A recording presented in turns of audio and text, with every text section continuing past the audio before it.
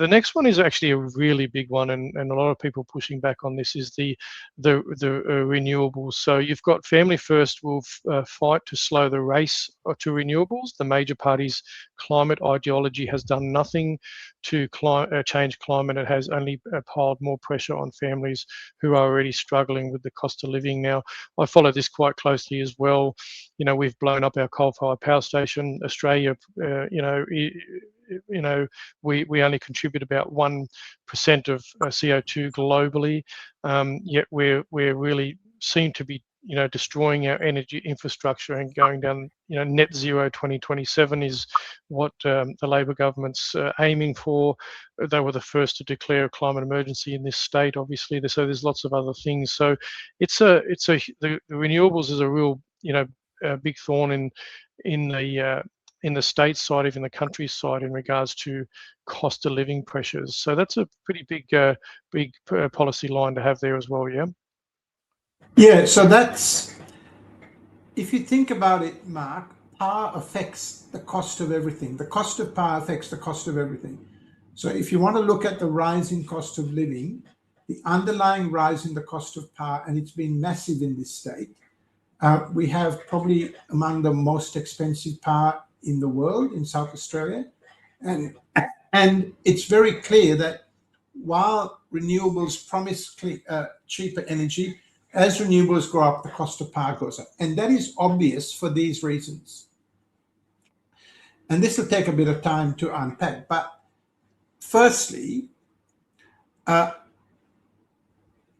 if you build a power station which has, say, a capacity of a certain amount of kilowatts, a coal power station, that'll give you about 80% of the faceplate of what the machine can actually produce. But with wind and solar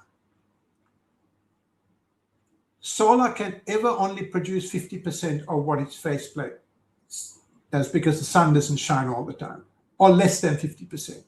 And wind, similar. Or wind it gets down to about 30% or something like that. So you have to build double the capacity to get to the amount of power production that you want. So that's number one. Number two, if you build a coal-fired power station or a gas-fired power station, that'll last you about 50 years. If you build a nuclear power station, that'll last you about 80 to 90 years. If you build wind and solar, that'll last you 25 years or something less. So that means for every coal-fired power station or gas, you have to build 2 lots of wind and 2 lots of solar. So that's increasing your costs. Then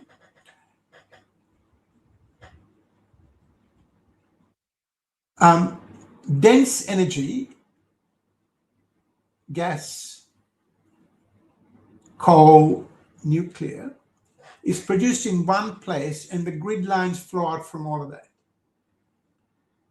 Solar is diffused power generation, and wind is diffused power generation. So you can drive up to the mid-north and you see all along the way, along those beautiful hills, wind turbines.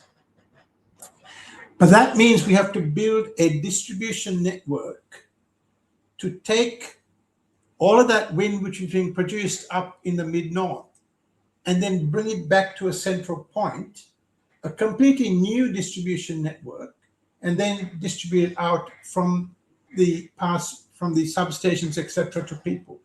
So that's an additional cost. You can't use the existing grid lines. But then the kicker to all of that is that wind and solar can never produce power all the time.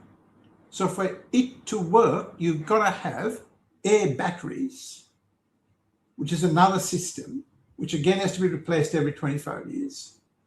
But you also have to have what they call firming. That is either coal or gas that has got to keep going, so that when the wind and sun doesn't shine, wind drops, we have power to work. And that's what's happened just this last few days. In the last few days, most of Victoria's power has been gas, has been coal, I'm sorry. And so because those power stations have to keep operating when they're not being used, they have to charge very high amounts when they are being used to keep operating. So the effect of all of that is that if we go 100% wind and solar, we have to have it will economically destroy us.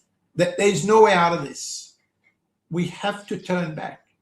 It's going to cost about 3 or 4 times the amount of 2 or 3 coal or gas or nuclear to go solar, and it will destroy us economically. That is the reality that we're now facing. So regardless of what you think about climate change, we cannot go this route. We have to turn. We have to turn. And that's what we have to keep arguing. Now, this is a massive issue. It's like one of those big, I've just been up to Kubapiti with my daughter, and you have these road trains. You can't turn them very quickly, but we have to start. Yeah, the iceberg's dead ahead, and we're trying to turn the Titanic. Yeah, absolutely. Yeah, no disagreement there. I've talked to lots of people in regards to this, but yet it seems like the Labor Party is hell bent on trying to continue to push down this path. And you have to wonder, you have to really ask some deep questions about why.